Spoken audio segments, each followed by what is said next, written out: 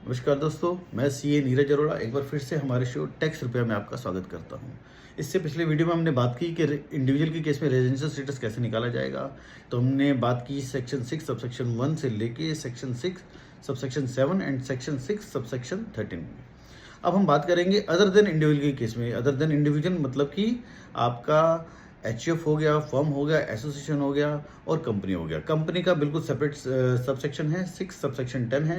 और other than individual यानी कि आपका एचयूएफ, फर्म, एसोसिएशन का जो रेजिडेंशियल स्टेटस है वो बताया गया है सेक्शन 6 सबसेक्शन 9 में। तो सेक्शन 6 सबसेक्शन 9 क्या कहता है कि an HUF, firm or association of person shall be considered as resident of India unless its control and management of its affair is situated wholly outside India। जी हाँ, अगर इसके affairs के आप कंट्रोल और जो मैनेजमेंट है होली आउटसाइड इंडिया है तभी हम इसको नॉन रेजिडेंट मानेंगे, अदरवाइज को रेजिडेंट मानेंगे। लेकिन एचयूएफ के केस में एक बात हमें और भी देखनी पड़ेगी, क्या ये एचयूएफ रेजिडेंट होने के बाद ऑर्डिनरी रेजिडेंट है या नॉट ऑर्डिनरी रेजिडेंट है।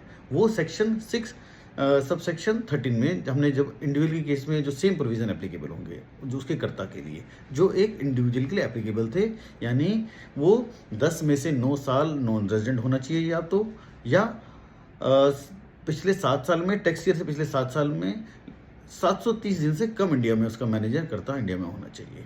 ठीक है, ये तो हमने एचयूएफ के केस में जो प्रोविज़न पहले भी हम डिस्कस कर चुके हैं।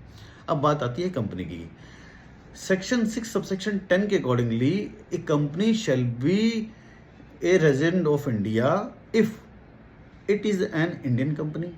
पहला जो उन्होंने क्लोज डाला। Number 2, it's if place of effective management, poem जिसको हम कहते हैं, वो है इंडिया में ड्यूरिंग द टैक्स ईयर। अब प्लेस ऑफ इफेक्टिव मैनेजमेंट जो है वो क्या है, जहाँ पर जो कंपनी के अफेयर को चलाने के लिए जो इसके की कमर्शियल डिसीजन हैं, जो मैनेजमेंट डिसीजन हैं, होली इन सब्सटेंस जहाँ पर लिए जाते हैं, वो जो है उसका प्लेस ऑफ इफेक्टिव मैनेजमेंट है, यानी कि पोएम है। तो लेकिन जो पिछला एक्ट हमारा अभी जो चल रहा है 1961, उसके केस में 2017 का एक सर्कुलर है जो पोएम की सारी जितनी भी कंडीशंस हैं पोएम को डिसाइड करने के लिए वो सारी दे रखी हैं उसमें। लेकिन चूंकि अभी ये नया हमारा बिल आया है, पास अभी हुआ नहीं है, एक्ट बना नहीं है, तो इसके जो रूल्स अभी आएंगे, जो प्रिस्क्राइब्ड होंगे, तो वो पोएम के लिए अलग लगेंगे। हो सकता है ये सेम आ जाएं, हो सकता है मिलते जुलते आ जाएं, हो सकता है कुछ थोड़े बहुत चेंजेस आ जाएं इसमें। तो जब वो रूल्स इसके आएंगे, प्रिस्क्राइब्ड रूल्स जो आएंगे, तब हम इस बारे में डिस्कस करेंगे पोएम के जो फर्दर जो पोएम के जो रूल्स होंगे। तो आई होप ये वीडियो आपको अच्छा लगा होगा। इसके बाद हम सेक्शन 7, 8, 9, 10 ऐसे जल्दी जल्दी अब हम आगे करते चले जाएंगे। और उसके बाद salary, house property, income from business and profession, ये सारे अलग अलग हम चैप्टर वाइज डिस्कस करते जाएंगे। तो इसी तरह से आप हमारा हौसला बढ़ाते रहिए, इसी तरह से आप अपना सहयोग देते रहिए।